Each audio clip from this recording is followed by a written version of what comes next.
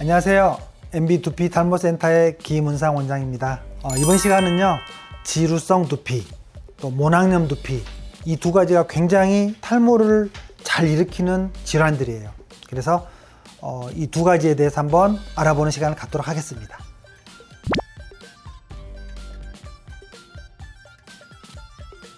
첫 번째로 이러한 지루성 두피염 질환에 직접 또는 간접적으로 피지가 관여를 합니다. 피지선이 많이 발달된 부위에 잘 나타납니다.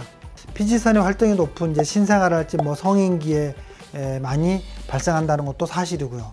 두 번째로 신경 전달 물질의 이상과 연관이 되기도 합니다. 신경계 장애 환자에서도 많이 나타나기도 합니다. 또 세 번째로 계절이나 온도나 습도에 따라서도 많이 차이가 나요. 그래서 실제로 가을이나 겨울같이 이렇게 낮은 온도와 또 중앙난방에 의해서 습도가 낮은 그런 환경에서도 증상이 좀 더 많이 악화되는 것으로 알려져 있기도 합니다. 네 번째로는 이 지루성 두피염은요, 표피 증식의 이상을 병의 원인으로 보기도 합니다. 이거 뭐냐면 지루성 피부염에서 건성과 유사하게 표피 증식이 증가될 경우가 있어요. 그래서 표피 증식을 억제하는 약물을 사용했을 때 증상이 좀 더 나아지는 걸로 봤을 때 표피 증식 이상이 병의 원인이다, 이렇게 볼 수도 있습니다.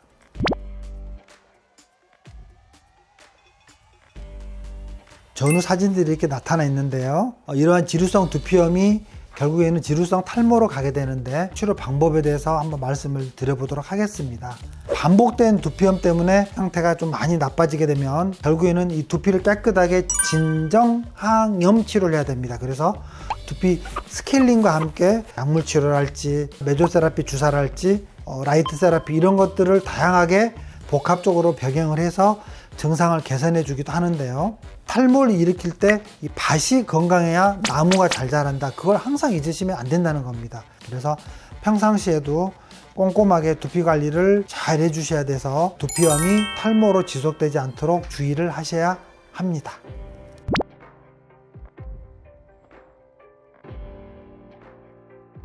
이런 모낭염이나 또는 두부백선, 즉 곰팡이죠, 이런 것들도 몇몇 질환 중에 하나인데요, 이런 것들도 결국에는 두피 건강에 안 좋죠. 두피를 꾸준하게 치료 관리를 해주신다면 탈모로 악화되기 전에 개선을 해 볼 수가 있습니다.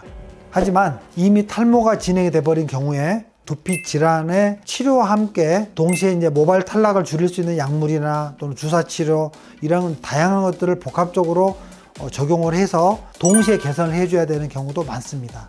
해당 환자 같은 경우는요, 두피염이 개선되지 않아서 내원하게 된 케이스예요. 일주일에 한 번씩 두피를 깨끗이 청소해주고 진정 항염시켜주는 스케일링 치료를 하고요, 또 두피의 염증을 완화시키는 약물을 발라주고 또 먹고, 그리고 동시에 또 광선 레이저 치료로 병행을 해서 효과를 보신 그런 경우라고 하겠습니다.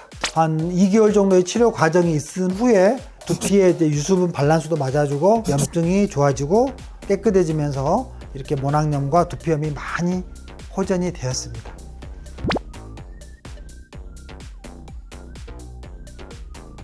또 두피 건조증에 의한 또 사례들도 있을 수가 있어요. 피지량이 너무 부족하거나 이런 경우에도 두피가 건조해지기 때문에 사용하는 어떤 헤어 관리 제품이나 또 드라이 이런 것들도 굉장히 중요합니다.